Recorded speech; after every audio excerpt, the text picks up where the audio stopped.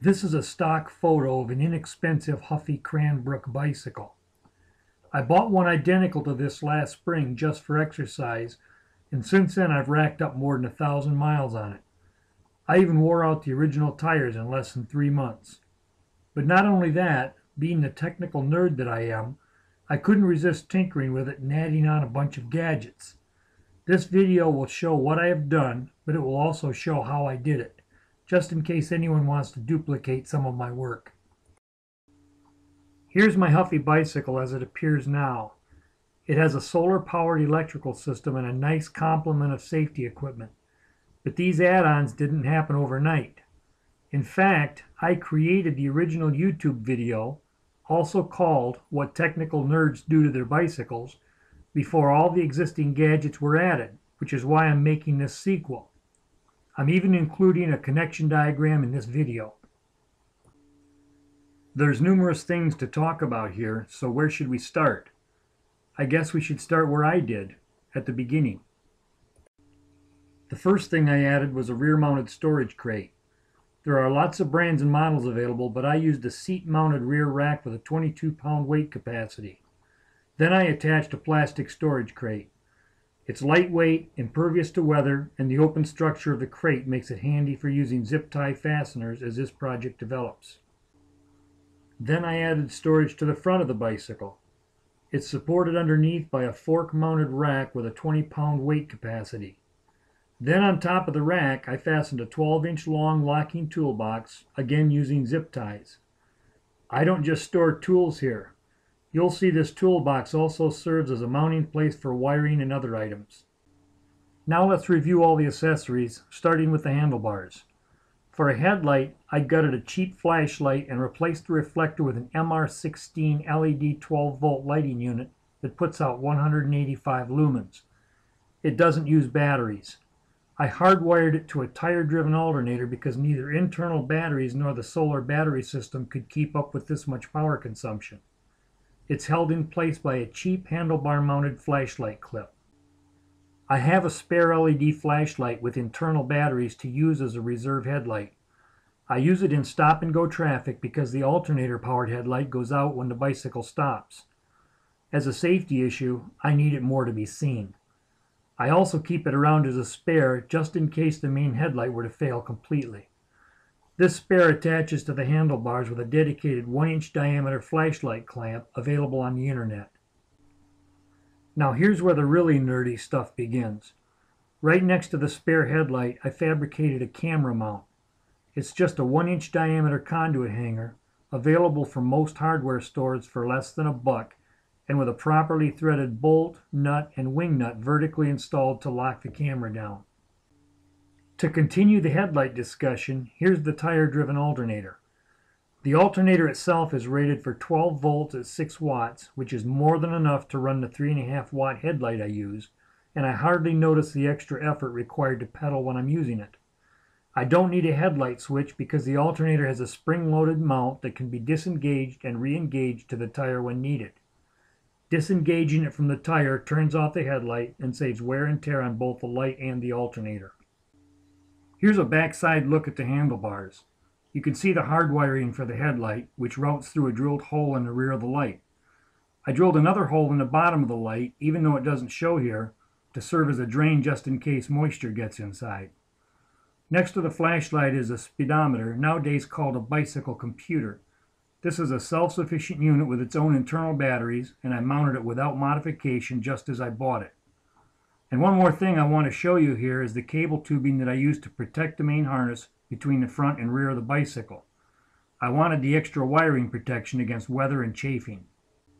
Now let's look at the safety lighting I have on this bicycle, starting with the rear. Those red ovals are just reflectors, not lights.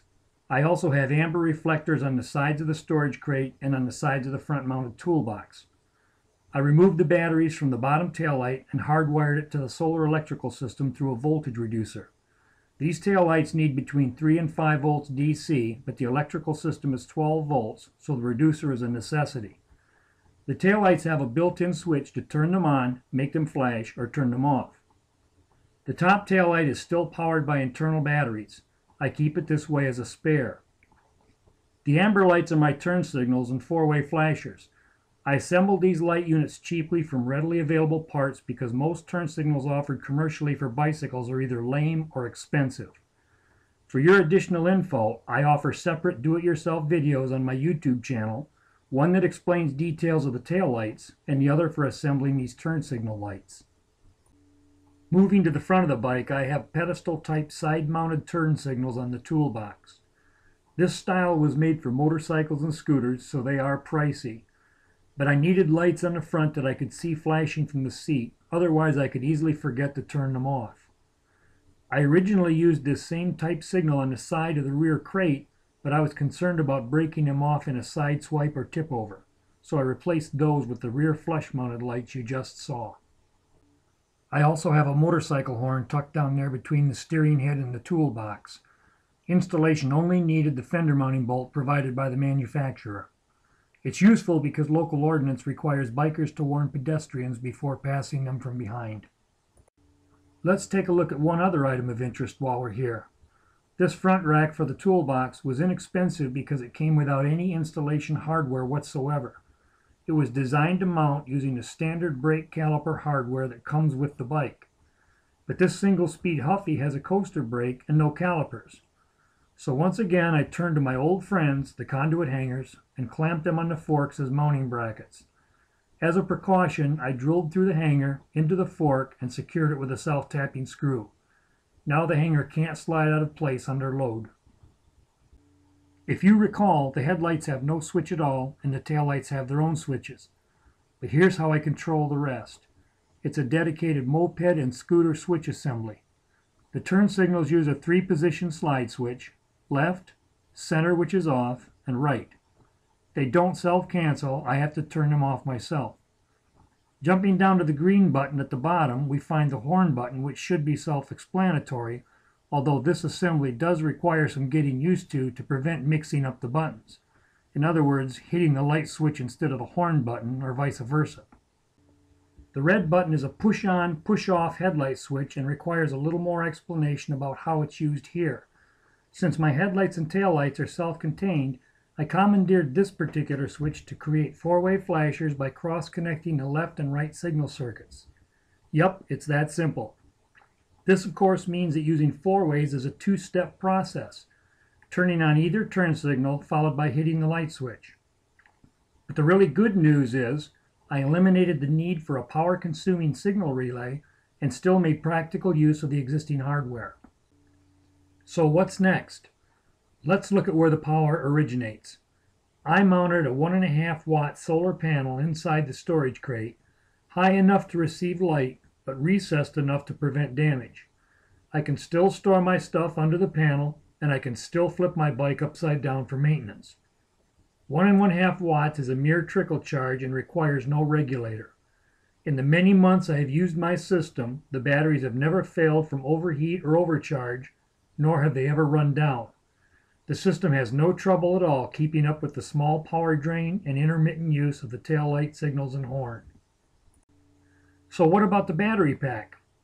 I use 10 nickel metal hydride rechargeable AA batteries and a special holder that I purchased on the internet. Nickel metal hydride batteries are rated at 1.2 volts each when fully charged, so it takes 10 of them to add up to 12 volts. This battery pack comes with terminals identical to a 9-volt battery, and the necessary connectors are also available online. I zip-tied the battery pack to the inner front of the storage crate, just beneath the solar panel. This protects it from direct rain and sunlight. I don't use fuses. The leads on the battery connectors were intended for 9 volts, and they're thinner than any other wires in my system. If a short circuit were to develop, those battery leads would behave like a fuse and burn out first. Only one mystery remains. How do I coordinate power functions between the front and rear of the bicycle? Well, to start with, I needed 4 wires running between the front and rear. A hot wire, a ground wire, a left signal wire, and a right signal wire. Since I needed only 4, this made it cheap and easy. I used a 7-foot, 4-conductor telephone wire and 2 modular jacks. Yep, and just like the ones connecting your telephone to the wall at home, except I throw the covers away and just use the jacks as a terminal board.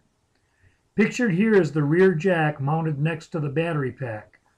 All the rear connections are made here, and you can see the telephone wire plugged into the bottom of the jack. Looking inside the front toolbox, here's the second telephone jack needed to energize the front of the system. The duct tape covers and secures the turn signal wiring so it doesn't tangle up with tools stored in the box. You can see the other end of the telephone wire plugged into the bottom of the jack. Just for your information, I wrap my tools in old cotton socks when storing them here. This keeps the tools quiet when I ride over bumps, and it also keeps them from accidentally shorting out the electrical connections. That small plastic box is the LED flasher unit that controls the turn signals and the four-ways. All that's left now is to show the connection diagram for everything we've seen. Don't get overwhelmed by this yet, because I'm going to break it down into a few simpler parts for you. But I need to make a couple clarifications. First, any devices on my bicycle running on internal batteries are not on this diagram. That means the reserve headlight, the reserve taillight, and the speedometer. Second, I ran dedicated ground wires to all components because it was such a small effort and a small expense to avoid the inevitable problems associated with grounding through the frame. Now to start with, our headlight and tire-driven alternator are a closed loop, completely dedicated to each other. So these items are set aside by themselves. For the rest of the system, the basis of design starts with a 4-wire electrical stringer that interconnects the front and rear, consisting of a hot wire, a ground wire, a left signal wire, and a right signal wire. Note that any device can be installed anywhere on the bicycle as long as it connects to the stringer properly. For example, even though my battery pack and solar panel are mounted together, they could also be installed on opposite ends of the bike if it were more convenient. The primary tail light and the voltage reducer to power it are hardwired at the rear of the bicycle. No switch is needed in my circuit because a switch is built into my light. The signal flasher unit is installed ahead of the switch so that just one unit controls both turn signals and the four-ways. The turn signal switch and the turn signal lights themselves are all then connected to their respective left and right stringer wires. Then we complete the flasher circuits by cross-connecting the turn signal circuits using the headlight switch S2. The last accessory to go in before applying power to the circuit will be the horn switch S1 and the horn itself. And finally, the hot and ground connections for the solar panel and the battery pack are connected respectively to the hot and ground of the stringer. And there you have it. It probably doesn't look quite so complicated now, does it? Please remember, I'm demonstrating my own project here, and I make no other claims, assurances, or guarantees regarding the abilities, the success, or the safety of any other person making use of, or attempting to make use of, this information. Use this information at your own risk and as an idea source for creating your own projects, whether that risk be in the construction or in the use of this or similar projects.